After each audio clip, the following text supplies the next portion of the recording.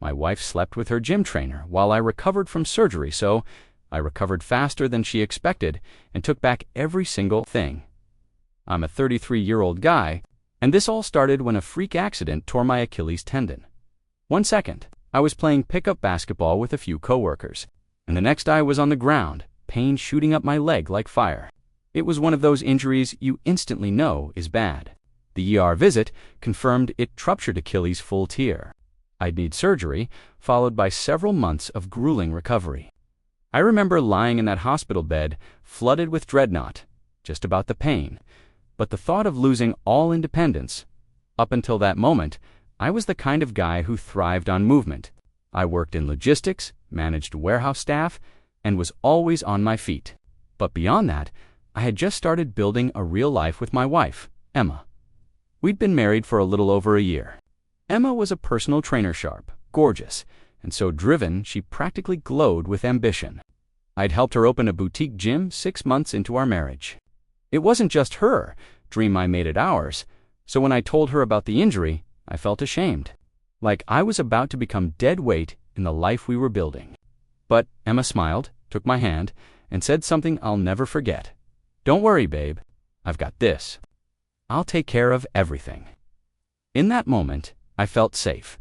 I let myself believe that this woman, my partner, would carry us through this storm. What I didn't realize was that this injury didn't just damage my body. It opened the door for betrayal, to walk right in wearing gym clothes and smiling, like nothing was wrong, and I was too broken to see it coming. Recovery hit me harder than I expected. The surgery was successful, but the pain was relentless. I couldn't walk without crutches, couldn't shower without assistance, couldn't even grab a glass of water without wobbling like a toddler. Everything I once did effortlessly now required help. And that's when Emma truly stepped in, at least. At first, she handled everything: cooking, cleaning, bills, my medication schedule. I remember feeling so grateful that I had married someone that dependable. But slowly, things began to change. She started coming home later from work, saying she was taking on extra clients to cover our expenses. I didn't question it after all. My paycheck was on hold while I recovered. I'd sit on the couch, watching the door, waiting for her to come back. When she did, she was exhausted, irritable, and quick to snap at even small questions. "You have no idea how hard I'm working for us," she'd say, her tones slicing through the silence like glass. Weeks turned into months, and the balance of power in our home shifted. I wasn't her husband anymore. I was her responsibility. She started deciding everything: what I ate, when I slept, even when I could check our shared accounts. Just rest, she'd insist when I asked about bills. "You don't need to stress about that."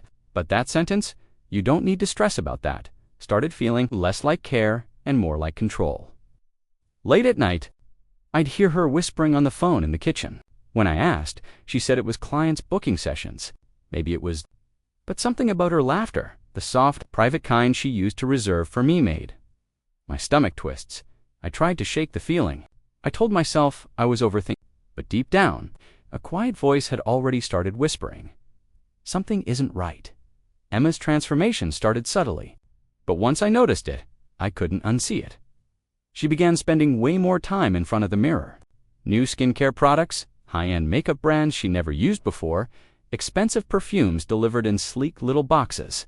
She started wearing tighter outfits to the gym. Nothing unusual for a trainer, I guess, but there was a difference in how she presented herself. It wasn't functional anymore. It was curated, intentional. Every detail seemed designed to draw attention. One afternoon, I commented on her new yoga set, trying to be playful. "New outfit?" I asked. She glanced at me with this almost guilty smile. "Clients notice when you level up. It helps with branding." I wanted to believe that. I tried to believe that, but something gnawed at me. She'd started wearing perfume to evening sessions, which struck me as strange. She used to come home smelling like eucalyptus, balm, and chalk. Now it was Dior and the texting god. She was constantly on her phone, during dinner, while folding laundry, brushing her teeth. She wasn't scrolling mindlessly either. She was engaged, smiling at her screen, fingers moving quickly. When I asked who it was, she casually replied, "Just a group chat with clients about scheduling." But the screen was always tilted just enough away from my eyes. I told myself not to be that paranoid, jealous husband, stuck on the couch. I convinced myself that my own insecurity was the issue. After all, she was supporting us financially, physically, emotionally. Maybe I was just projecting. But in moments of quiet when the house was still and my thoughts had nowhere to hide, I'd replay all those little changes in my head, and no matter how hard I tried to suppress it, something about her glow felt like it had nothing to do with me. It all unraveled because of one stupid hotel receipt. I wasn't trying to snoop. Honestly, I was just bored. Being stuck on the couch most days with nothing but painkillers and reruns messes with your brain. So one afternoon, while Emma was at an extended training session, I decided to check our shared credit card account. She'd told me not to worry about finances, but we were still partners, right? I just wanted to see if everything was okay. That's when I saw Ida $386 charge at a luxury hotel downtown, room service included. The time, a random Tuesday night 3 weeks ago. I stared at the screen for a long time, convincing myself it had to be a mistake. Maybe it was business-related, a client event, a networking thing. But deep down, I already knew. Still, I played dumb.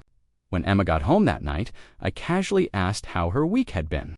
She launched into this story about helping a stressed-out client with a 24-hour fitness retreat to reboot her mindset. I asked where it took place. She didn't hesitate. That hotel by the river. You know, the one with the spa? She needed to detox. Her lie was smooth. Too smooth. I nodded like I believed her, but my mind was racing. That hotel wasn't known for fitness retreats. It was known for weekend couples, packages, jackasses, rose petals, champagne brunch. I didn't say a word that night. I just stared at the ceiling while Emma showered in the next room, humming softly. It was the first time I truly questioned who I had married, and even though I wanted to cling to denial, the truth was now dripping in one credit card transaction at a time. Sometimes, the truth doesn't come crashing down, it slips out in the most casual conversation. A few days after the hotel incident, my best friend Nate stopped by with takeout. He'd been one of the few people who regularly checked in on me during recovery, keeping me sane through the boredom and quiet resentment. As we ate, he asked how things were going with Emma. I gave a non-committal shrug, not ready to unload yet. That's when he said it. By the way, saw Emma a couple weeks ago outside her gym. She was with that musclehead guy she works with. Zach, right? They looked cozy, got into her car, and drove off. He laughed. Didn't know she was offering chauffeur services to I froze mid-bite.Zach. I knew who Zach was. Zach Wezema had mentioned him casually before. He was a co-trainer, helped her with some group sessions, apparently a former bodybuilder turned motivational coach.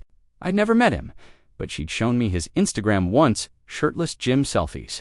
Cringe hashtags like #grind, neversleeps.I asked Nate when exactly he saw them. His answer matched the date of the hotel receipt almost perfectly. Suddenly, things clicked into place like puzzle pieces I didn't want to solve. All the late nights, the distant hugs, the perfume, the guarded phone, the lie about the detox retreat. It wasn't just emotional distance. It wasn't paranoia. It was real. I thanked Nate, kept it casual, but my heart was pounding in my chest. I didn't tell him what I knew. Not yet. I needed to be sure. I needed more than a hotel charge and a vague sighting. I needed undeniable proof, because if I was right, my wife wasn't just cheating. She was doing it while I lay broken healing from an injury I got helping her. And now, every breath I took felt like fuel, because this wasn't going to end quietly. After Nate's slip-up, the house didn't feel like home anymore. It felt like a trap. Couldn't escape. Emma was still playing the role of supportive wife, but now I saw every gesture with suspicion. The way she rushed to silence her phone when I entered the room, the sudden surge in emergency client calls at night, the fact that she now showered as soon as she came home, every single time, without fail. Before, we used to talk in the evenings, watch shows, even just exist in the same space. Now, she'd vanish into our bedroom or sit on the patio, whispering into her phone, and I was stuck physically broken, emotionally unraveling, and too dependent to confront her. I started keeping notes, dates, times, excuses she gave, how long she was gone. I tracked her patterns like a detective. One night, she left for a supposed late training session at 8:30 p.m., but didn't return until nearly midnight. her hair damp and smelling like hotel shampoo. When I asked if she'd been swimming with a client, she blinked just once but said, "Jacuzzi therapy, new recovery technique." Then she changed the subject. I smiled and nodded, just like she wanted, but inside I was burning. The worst part wasn't the betrayal. It was feeling like I was watching it happen in slow motion, unable to stop it. Every glance, every laugh on her phone that wasn't meant for me. Every lie dressed up as love I swallowed it. I stopped asking questions, not because I believed her lies, but because I didn't want to alert her that I was planning something bigger. Physical therapy became my obsession. I pushed myself harder, longer, forcing strength back into my leg with every ounce of rage I had. If she thought I'd stay weak, broken, and blind forever, she was about to learn how fast a man can recover when the pain turns into purpose. I knew I couldn't confront Emma without solid proofs, something undeniable. Words wouldn't be enough. She was too skilled at twisting conversations, too good at guilt-tripping me into silence. I needed evidence that spoke louder than her lies, so I bought a hidden camera. It was small, discreet, and disguised as a digital clock. I placed it in the corner of our living room, angled toward the hallway and front door. She wouldn't notice. She barely paid attention to anything in the house anymore, unless it involved her phone or makeup mirror. I felt sick setting it up, like I was betraying someone I still wanted to love. But I reminded myself she betrayed me first. I deserved the truth. For a few days, nothing happened. Just Emma walking in and out, scrolling on her phone, eating, standing up, barely speaking to me. Then came Friday. She told me she had a late session with a high-profile client and might crash at her friend Cheryl's if it went late. I pretended not to care. I wished her good luck. That night, I reviewed the footage. At 9:17 p.m., Zach walked through our front door, wearing joggers, a tank top, and carrying a gym bag. Emma followed behind him in a long coat. They didn't talk much. They didn't need to. She kissed him, right there. In our living room, my stomach flipped. They moved out of frame toward the bedroom. 2 hours later, he came back into view, shirtless, sweaty, smiling. He kissed her again before leaving. I sat there frozen, not angry, not even sad. Just numbed up. There it was. The confirmation I didn't want, but needed. She didn't just cheat on me. She brought him into our home, into the space where I was healing, where she once held my hand and promised, "I've got you." Now, I knew exactly what I had to do. And I wasn't going to limp into that decision. I was going to walk in with both legs steady after watching that footage.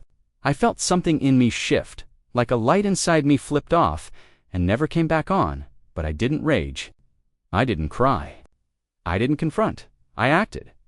The next morning, I smiled at Emma like nothing had happened. I asked about her client, complimented her new workout hoodie, even let her kiss me on the forehead before she left for the day. It made my skin crawl. But I knew if I wanted to take back everything, my money, my dignity, my life, I had to be smarter than her, colder. Over the next 2 weeks, I played my role perfectly. I praised her for her dedication. I let her complain about how tired she was. I told her how grateful I was for her support. And all the while, I was gathering what I needed behind the scenes. I contacted a lawyer, quietly, discreetly, told him everything: my injury, the financial entanglements, the affair, the gym week. He helped me set up a strategy to sever legal ties and reclaim my investments. I also opened a new bank account, in my name only, transferring what I could before she noticed. Then I dug deeper into her fitness business, the clients, the contracts, the way she'd used my name and credit to secure equipment leases. There was a pattern of her leaning on me for every major investment. Yet I was never listed as a true partner. I fixed that. Meanwhile, Emma grew more bold. One night, she even brought Zach over again while I was sleeping in the guest room. I heard them laughing softly behind my closed door like I didn't exist. I stayed quiet. I stared at the ceiling, and I let the rage turn into clarity, she thought. I was still the broken man on the couch, but what she didn't know was I wasn't playing dumb. I was just waiting for the right moment to end her game. It happened on a Thursday night, quiet, humid, and deceptively normal. Emma had said she was going to a late-night stretch and recovery class for her elite clients. She even kissed me on the cheek before leaving, her gym bag slung over her shoulder like always. But something about her tone, her timing, The forced sweetness it all felt rehearsed. I waited an hour. Then another.